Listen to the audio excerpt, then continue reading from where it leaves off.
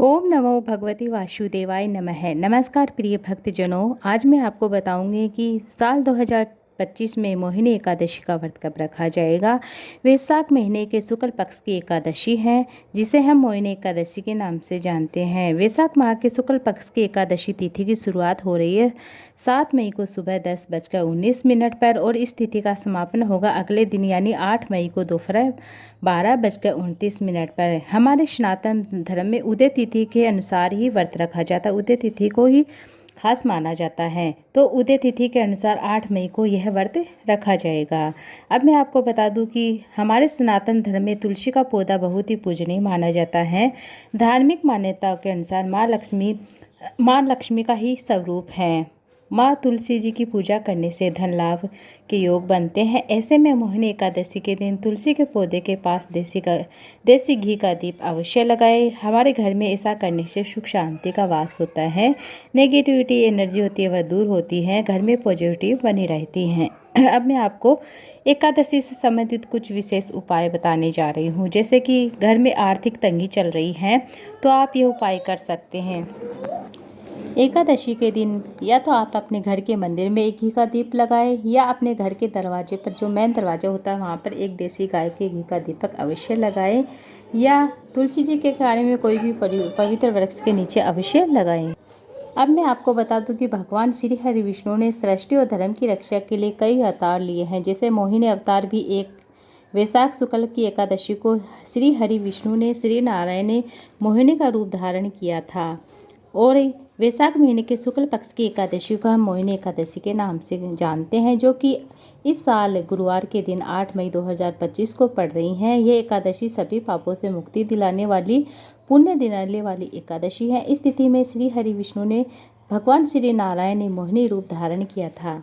हमारे धार्मिक ग्रंथों के अनुसार, धार्मिक पुराणों के अनुसार यह उल्लेख मिलता है कि समय समय पर भगवान विष्णु ने कई अवतार लिए हैं, लेकिन श्री हरि के सभी अवतारों में मोहिनी अवतार जो लिया है वह अद्वितीय विशेष है। इस प्रकार अवतार में भगवान ने एक सुंदर स्त्री का रूप धारण किया था। आइए जानते हैं आखिरकार श्री नारायण ने यह अवतार क्यों लिया था, क्यों लेना पड़ा। इसके पीछे एक छोटी सी कहानी है।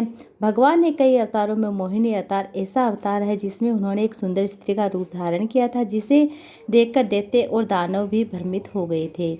मोहिनी अवतार का कारण था कि समुद्र मंथन के समय जो अमृत कलश निकला था, देवता और दानवों के बीच झगड़ा होने लग गया था उसको लेकर। जब दानवों ने अमृत कलश को जब अपने कब्जे में ले लिया था दानवों ने, तो भगवान श्री नारायण ने अमृत कलश को सुरक्षित देवताओं तक पहुंचाने के लिए मोहिनी अवतार धारण किया था। इसके बाद देवताओं को उनकी शक्ति और अमृतत्व प्राप्त हुआ था। भगवान का यह अवतार देवताओं को अमृत पान कराने के साथ ही उन्हें संदेश भी देता है। यह सिखलाता है कि इसके महत्व को बताता है कि जैसे कि मोहिनी अवतार लेकर भगवान श्री हरि विष्णु नारायण ने यह संदेश दिया है कि जब जब धर्म पर संकट आता है वे किसी न किसी स्वरूप में रक्षा के लिए प्रकट होते हैं। भगवान श्री हरि विष्णु ने हर अवतार में हर अवतार ने धर्म की रक्षा की है। हर अवतार में कल्याण, रक्षा और धर्म की स्थापना के लिए जाना जाता है। मोहिनी अवतार भी यह दर्शाता है कि स्थिति चाहे कैसी भी हो, न्याय और समतुल्य होनी चाहिए। और मैं आपको बता दूं कि मोहिनी अवतार भगवान श्री हरि विष्णु ने बुद्धिता को दर्शाता है कि अगर सही समय पर बुद्धि और चतुराई से यदि सही निर्णय लिया जाए तो बड़े बड़े संकट भी टल सकते हैं। अब मैं आपको मोहिनी अवतार के 2 रहस्य हैं। आमतौर पे ये कथा काफ़ी लोग जानते हैं, प्रचलित भी है कि समुद्र मंथन में जब अमृत कलश निकल रहा था तो देवताओं को दानवों के बीच इसे पाने के लिए विवाद हो गया था। तब भगवान श्री हरि विष्णु के इस मोहिनी रूप को देखकर, भगवान के इस दिव्य रूप को देखकर दानव मोहित हो गए थे। विष्णु जी ने अमृत कलश दानवों से लेकर देवताओं को बांटा था।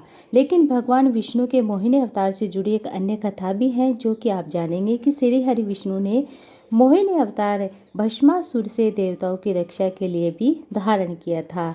धार्मिक मान्यताओं के अनुसार भस्मासुर को यह वरदान प्राप्त था कि जब वह जिसके सिर पर हाथ रख देगा वही भस्म हो जाएगा। भगवान विष्णु ने मोहिनी अवतार लेकर भस्मासुर को नृत्य के लिए कहा। मोहिनी के ऐसे सौंदर्य को देखकर वह उसकी ओर आकर्षित हो जाता है, उससे प्रभावित होकर वह नृत्य करने लगता है। नृत्य करते समय भगवान ने उसका हाथ उसी के सिर पर रखवा दिया था, जिससे वह भस्म हो गया था। इस तरह से भस्मासुर का अंत भी भगवान श्री हरि विष्णु के मोहिनी अवतार के माध्यम से हम सब जानते हैं। ये थी आज की वीडियो। उम्मीद है आपको अच्छी लगी। वीडियो अच्छी लगी तो वीडियो को लाइक ज़्यादा से ज़्यादा शेयर कीजिएगा।